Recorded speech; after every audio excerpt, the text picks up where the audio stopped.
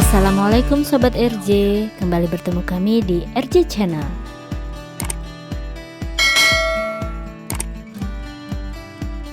Setelah kemarin kami sharing perjalanan hari kelima dan keenam, pada video kali ini kami akan sharing perjalanan kami dari Samosir hingga ke tujuan akhir kami, yaitu titik 0 km Sabang. Dari Samosir kami memulai perjalanan melewati Sidikalang, Tapak Tuan, memasuki Subulu Salam, melewati Malabo, Banda Aceh, hingga nanti sampai di Pulau W, Sabang. Kalau kemarin perjalanan menuju Samosir itu hari hujan, pagi ini di perjalanan balik itu harinya cerah, sehingga kami bisa menikmati indahnya jalanan sepanjang Pulau Samosir ini.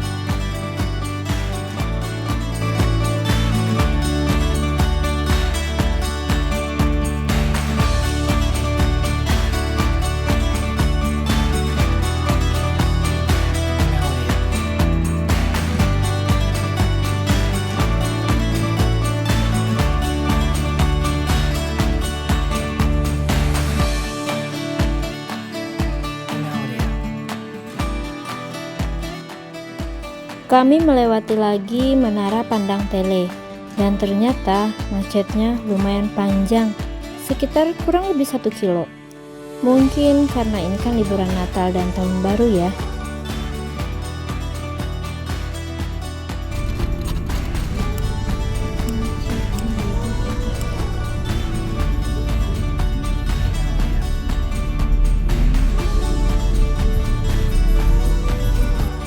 Menara Pandang Tele itu merupakan salah satu destinasi wisata yang ada di Sumatera Utara. Di sini pengunjung bisa melihat panorama Danau Toba dari segala penjuru. Pengen sih berhenti singgah sebentar, tapi melihat macetnya yang panjang gini, enggak deh, kami putuskan untuk melanjutkan perjalanan saja. We were rolling with the waves. Let them crash down on me, and you showed me the way. The best things in life are free. We didn't know that it was magic while we had it. I wish I could go back and change the way I acted. Sometimes a happy story has an ending tragic, but I'm still thankful that these moments even happen. Sekitar pukul 1:30 siang kami nyampe di daerah Sidikalang. Di Sidikalang ini kami istirahat, sholat, makan dulu di Ayam Penyet Pak Haji. Makanannya rasanya enak, kami juga pesen kopi, semuanya rasanya pas di lidah kami. Kopi Sidikalang, gimana Pak? Mantap. Untuk harga, ya termasuk harga wajar lah, pengunjungnya juga ramai. Tempat ini recommended sebagai rest area karena ada musola dan toilet juga, jadi bisa sekalian sholat di sini.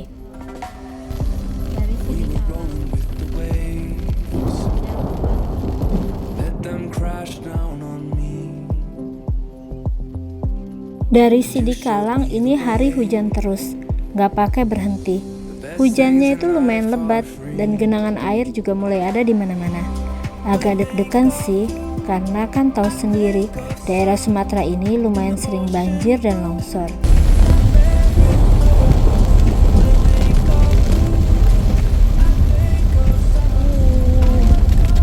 Takutnya ngelaser gitu ya Bang.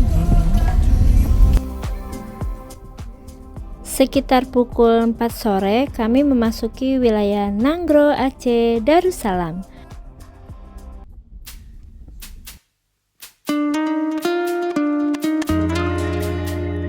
Jalanan di Subulu Salam ini itu tidak terlalu lebar, jadi terkadang harus antri kalau ada truk besar yang lewat. Selain itu, jalanan di sini itu lumayan berkelok dengan hutan yang juga masih lebat. Jadi kalau mau lewat daerah sini ada baiknya itu di siang hari saja, karena kalau malam itu penerangannya juga kurang.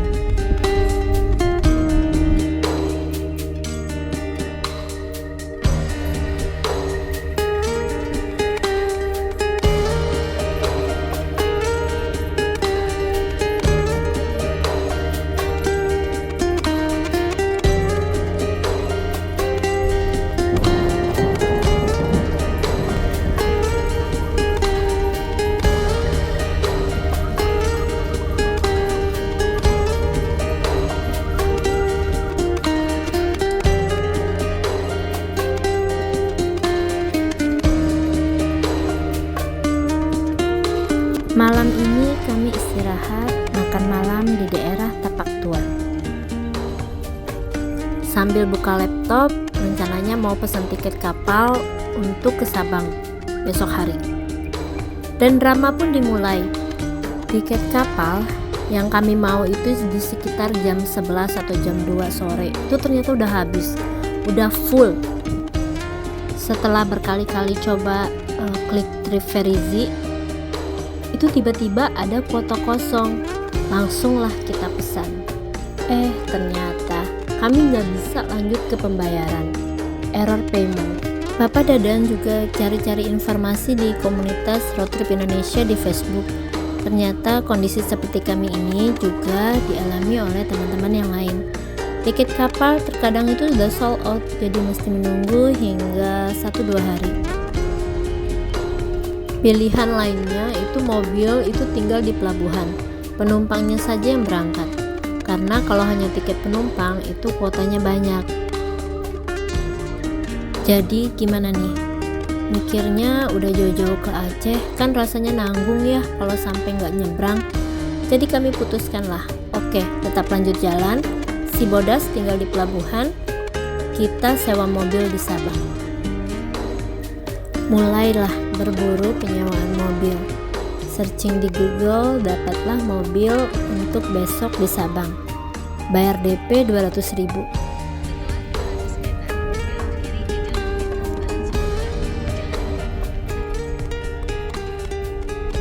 Malam ini kami menginap beristirahat di Hotel Merah Putih, Yup, SPBU. Akhirnya ngerasain juga nginep di Hotel Merah Putih. Rasa-rasa beneran jadi overlander nih. Untuk dapat SPBU 24 jam yang jadi tempat istirahat di lintas barat Sumatera ini itu lumayan susah. Karena SPBU di sini rata-rata itu nggak buka 24 jam.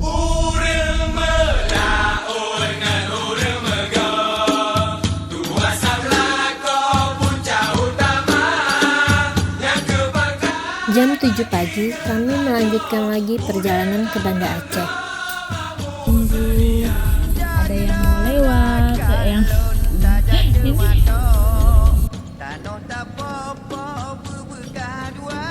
Di tengah perjalanan kami sarapan dulu, ini nyobain lontong sayur dan nasi gurih Aceh. Perjalanan ke Banda Aceh itu melewati daerah dengan jalanan yang menyusuri tepi pantai dan naik lagi melalui jalanan yang mendaki masuk ke perbukitan dengan pemandangan yang indah.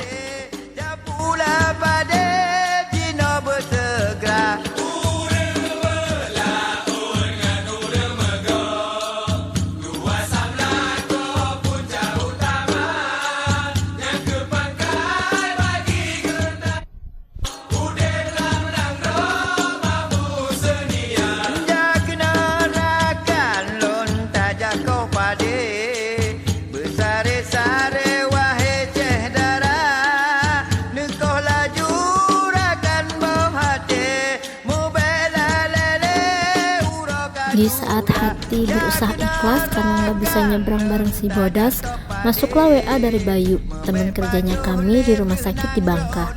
Terus nanyain, beneran nggak dapet tiket nyebrang ke Sabang? Dia lihat postingan Papa Dadan tadi malam. Terus nawarin, mau dibantuin cari tiketnya nggak? Ya mau lah Bayu. Dan mulailah Bayu war tiket. Udah kayak war tiket konser loh. Dapat kuota terus sold out, dapat lagi, pas mau diklik udah sold out. Akhirnya dapat satu kuota mobil di jam yang kami mau. Pas mau bayar itu sinyal hilang karena kan lagi di jalan di atas bukit. Sinyalnya on off, benar-benar cobaan melatih kesabaran. Dan akhirnya, tada, kami dapat tiket kapal menyeberang jam 2 siang bareng si Bodas. Sekitar pukul 12 siang, kami sampai di Pelabuhan Ulele, tempat penyeberangan dari Aceh menuju nanti Pelabuhan Balohan di Pulau W.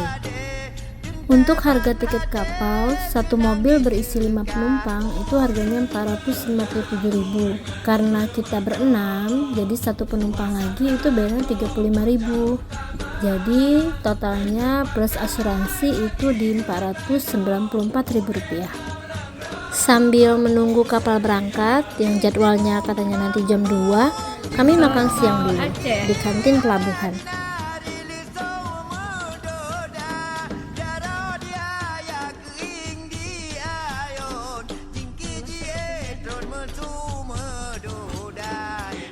Untuk jadwal penyeberangan dari Pelabuhan Ulele ke Pelabuhan Balohan itu ada 4 kali penyeberangan dalam sehari.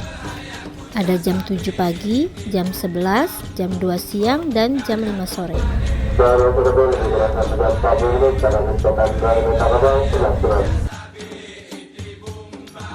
Sekitar pukul setengah 3, kapal pun berangkat menyeberang ke Pulau W. Di dalam kapal kami gak kebagian lagi tempat duduk, jadi sewa tiker. Satu tikernya itu 20.000. Perjalanan ke Pulau W itu memakan waktu sekitar 2 jam. Dimanfaatin semaksimal mungkin, istirahat, tidur sebentar.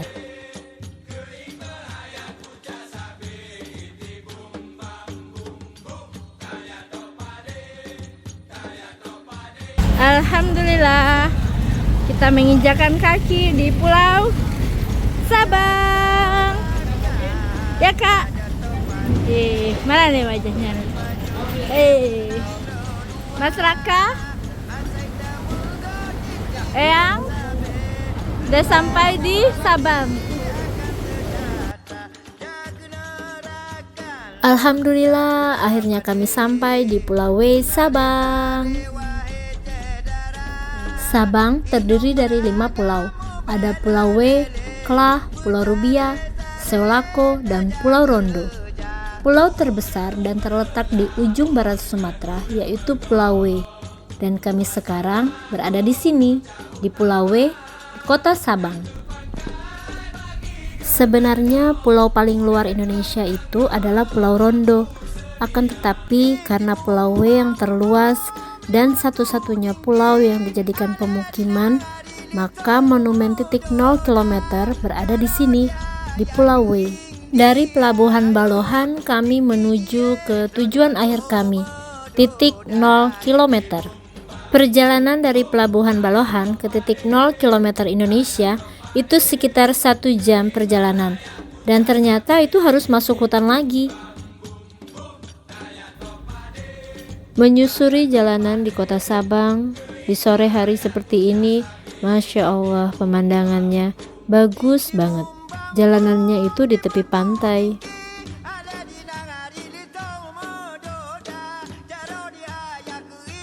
Sekarang kami menuju ke tujuan akhir kami, Tugu 0 km Indonesia. Lokasinya itu berada di Desa Iboy dan termasuk ke dalam kawasan hutan wisata Sabang.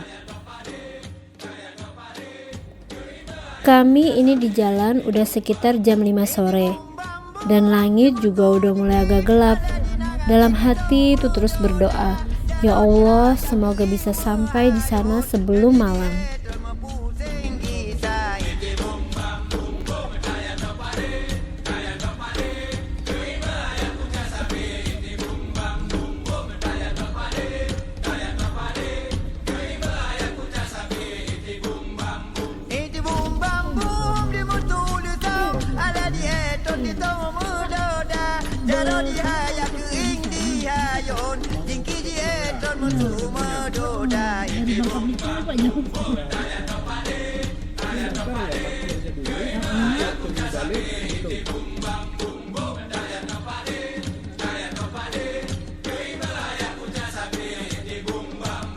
Alhamdulillah sekitar jam 6 sore kami pun sampai di Tugu titik 0 km.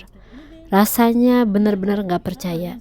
Setelah perjalanan 8 hari dari Pulau Bangka, akhirnya kami mencapai tujuan akhir kami, titik 0 km. Dan Masya Allah, kami diberi hadiah dari Allah sore ini, dapat menyaksikan sunset di sini. Campur aduk hati ini rasanya, bangga, lega, haru, bisa datang ke sini bersama keluarga dan si bodas kesayangan kami. Bagi kami, titik 0 km ini bukan hanya sekedar tugu, tapi bukti pencapaian yang membanggakan menempuh ribuan kilometer dari tempat asal kami, Pulau Bangka.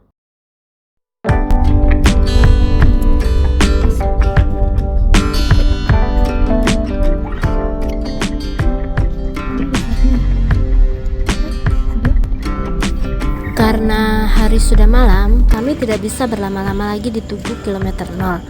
Kami langsung menuju penginapan malam ini di Matai Resort yang terletak di daerah Ano Item.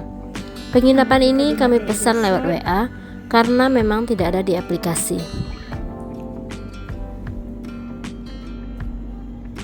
Untuk kamarnya ini lumayan luas, kami pesan yang kamar tipe superior.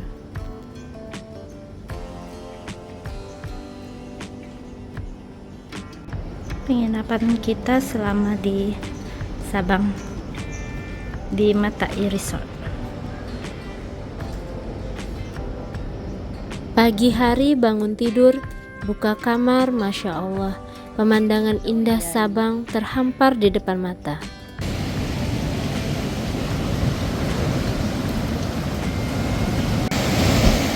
Matai ini selain tipe kamar hotel, ada juga yang tipe cottage. Letaknya itu di seberang jalan. Nah, kalau yang tipe cottage itu benar-benar di tepi pantai. Sebelum melanjutkan perjalanan, kami sarapan dulu di hotel. Makanan di sini enak, suka banget ini sama ikan tunanya.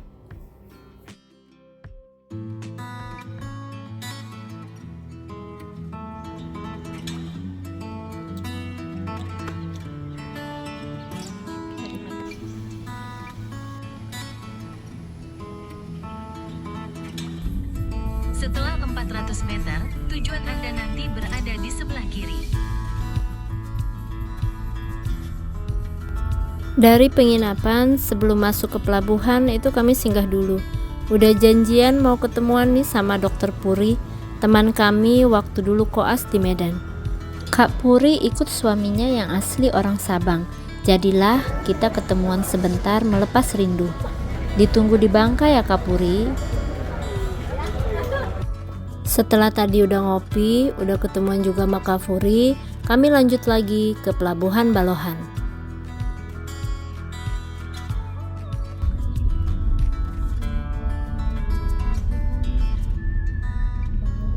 Berat rasanya meninggalkan Sabang, karena hanya 1 hari nih kami di sini. Pengen bisa lebih lama, menikmati keindahan Sabang. Belum ikut dolphin trip, belum coba snorkeling yang katanya sangat indah di dekat Pulau W ini. Semoga aja ada umur, ada rezekinya, bisa kembali lagi ke sini.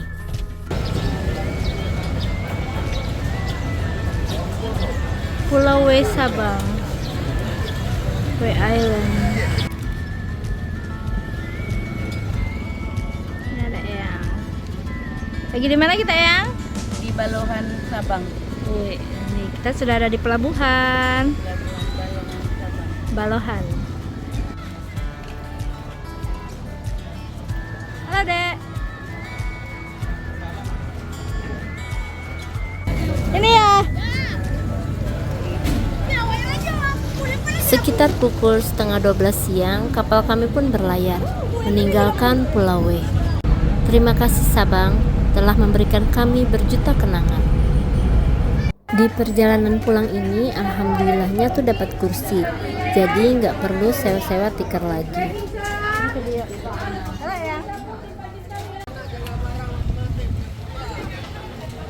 Sekitar jam setengah 2 siang, kapal merapat ke pelabuhan Ulele di Banda Aceh.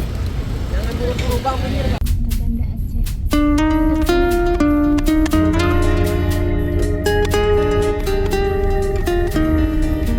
Dari pelabuhan kami lanjut lagi perjalanan. Pas banget ini jamnya makan siang, jadi kami singgah makan siang dulu. Kalau udah ke Aceh, nggak afdol rasanya nggak nyobain mie Aceh. Jadi kami singgah di Mie Aceh Bardi namanya. Ini rekomendasi dari Kak Puri yang asli orang Banda.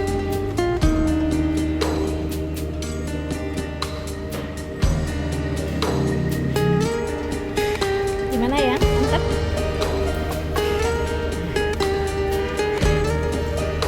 Gimana, Pak? Kakak? Mie Aceh di sini rasanya maknyus. Boleh deh dicobain. Kalau udah di Aceh, pasti rasanya kurang kalau nggak ngopi. Puas-puasin minum kopi, mumpung di Aceh, kopi Sanger dan kopi Saring itu juaranya.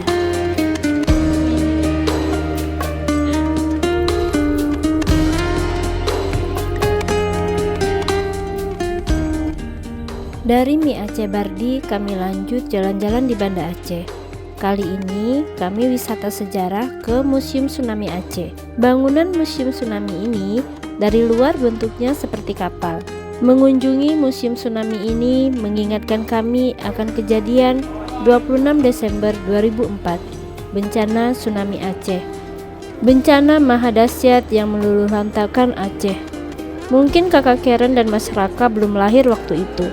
Tapi dari museum ini mereka jadi tahu kejadian bencana alam yang pernah terjadi di Aceh. Museum ini terdiri dari 2 lantai. Memasuki museum ini, kami melewati ruangan pertama. Lorong gelap berair dengan suara gemuruh ombak.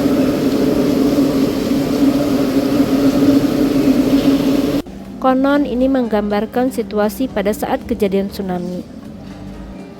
Kemudian kami masuk ke ruang diorama foto.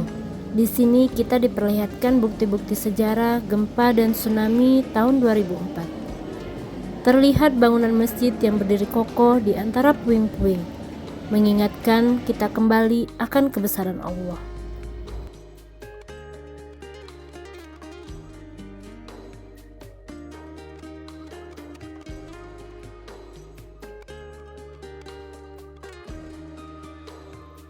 Setelah itu kami masuk ke ruangan gelap dengan satu cahaya, sumur doa namanya. Di ruangan ini tertulis nama-nama korban tsunami yang maha dahsyat. Begitu melihat ke atas, terdapat cahaya dengan tulisan Allah. Tempat ini mengajak kita untuk mengenang dan mendoakan kembali korban-korban tsunami, sekaligus merenungkan kebesaran Allah.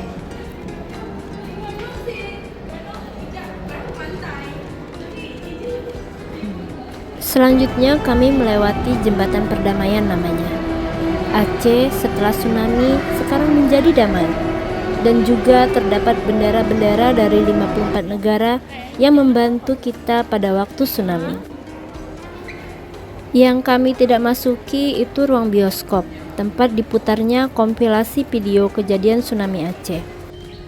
Tapi tidak mengapa, ini juga sudah cukup bagi kami. Bisa melihat sendiri bagaimana sejarah bencana tsunami di Aceh. Dari museum itu kami keliling sebentar di kota Banda Aceh. Kotanya bersih, hijau, rapi, dengan arsitektur bangunan yang cantik. Pas banget ini masuk waktu sholat asar, kami menuju Masjid Raya Baitur Rahman. Masjid terbesar di kota Banda Aceh. Masjid yang berdiri kokoh di tengah terjangan bencana tsunami. Memasuki area masjid, kami diharuskan melepas alas kaki dari pintu gerbang. Walaupun tanpa alas kaki, lantai marmernya ini tidak panas sama sekali.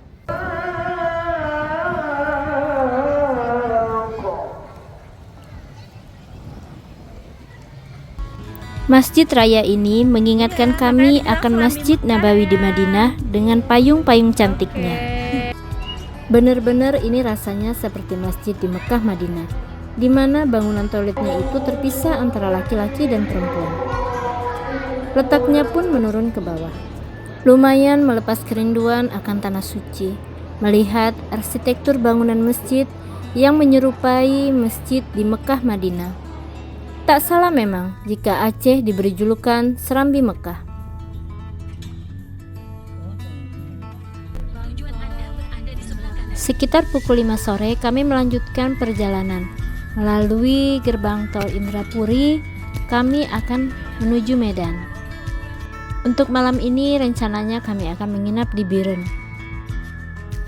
Setelah kemarin berangkat ke Sabang melalui lintas barat Sumatera, untuk rute perjalanan pulang kami memilih lintas timur. Jadi dari Aceh itu kami akan ke Medan, lanjut Pekanbaru, Muara Bungo, Jambi, Palembang, dan pulang menyeberang lagi ke Bangka.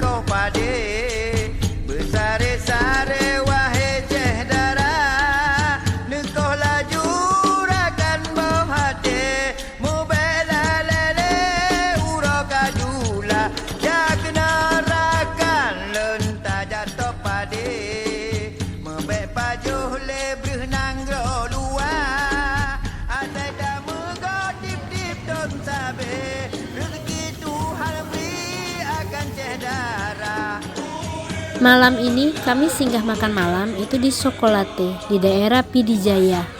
Menu minumannya itu bermacam-macam varian coklat. Mas Raka suka banget ini. Kakak Karen juga beli oleh-oleh coklat di sini. Jadi di samping resto itu Sokolate juga menjual oleh-oleh bermacam coklat. Di jalan menuju Biren, kami cari-cari penginapan melalui aplikasi. Dapatlah hotel transit kami malam ini di Anissa Homestay. Di penginapan ini kamarnya sih nggak terlalu besar, tapi ya cukuplah untuk merebahkan badan sekitar 5 jam. Oh iya, malam ini tuh tahun baru 1 Januari. Kami tiap tahun merayakannya karena hari spesial hari lahirnya Mas Raka. Selamat ulang tahun ganteng solehnya mama papa.